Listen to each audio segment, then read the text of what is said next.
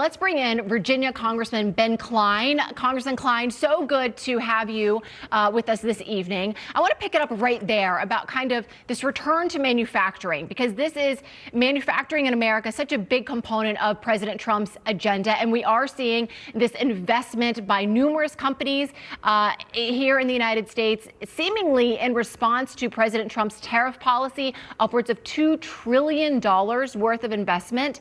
How long do you think it will be until the American people see and kind of feel the rewards, reap the rewards of those investments?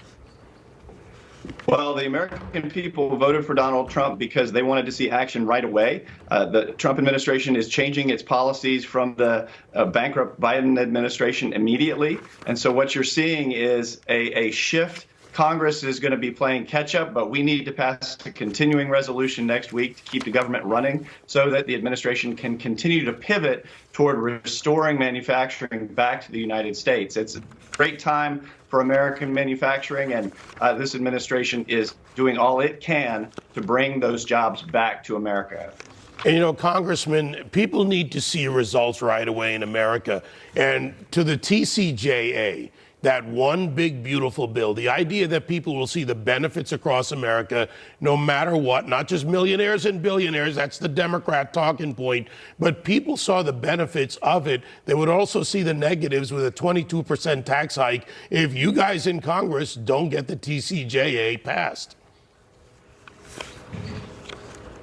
That's exactly right. And the president wants to pass this one big, beautiful bill as soon as possible so Americans can start to feel the effects as soon as possible.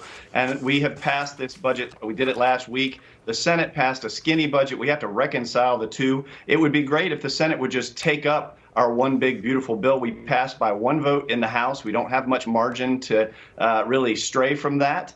And so if the Senate our bill and off and running towards extending those tax cuts and sending the signal to the market that the golden age is returned and that Trump is off and running toward bringing those manufacturing jobs back. It's such a great point that you make, David, because if you make those tax cuts permanent, that really signals to the companies that they can really trust that they're going to get that treatment under tax policy for the long term. They don't have to worry about the change of administration being a change of tax or tariff policy, rather. You know, Congressman, I do want to get to this. The House Judiciary Committee that you sit on issued a subpoena to Alphabet, which is the parent company of Google and YouTube, to find out more information about content moderation policies under the Biden administration. I think the concern here is that they were, you know, kind of working with the Biden administration to take down so-called alleged misinformation, to censor certain voices. What are you hoping to learn from a subpoena? We've heard from testimony from others in the private sector is that they were forced to collude with the Biden administration to censor conservative viewpoints. And Google and YouTube are two of the companies through Alphabet, their parent company, that it's becoming clear that they were being pressured by the Biden administration to censor conservative content, whether it was about COVID or whether it was about the reelection. It was clear that it was across the board, and we want to get to the bottom of just how involved Alphabet, the parent company, was in censoring that content. Well, Congressman, we appreciate it, and I know you won't censor the truth. That's called transparency. Thank you. Absolutely.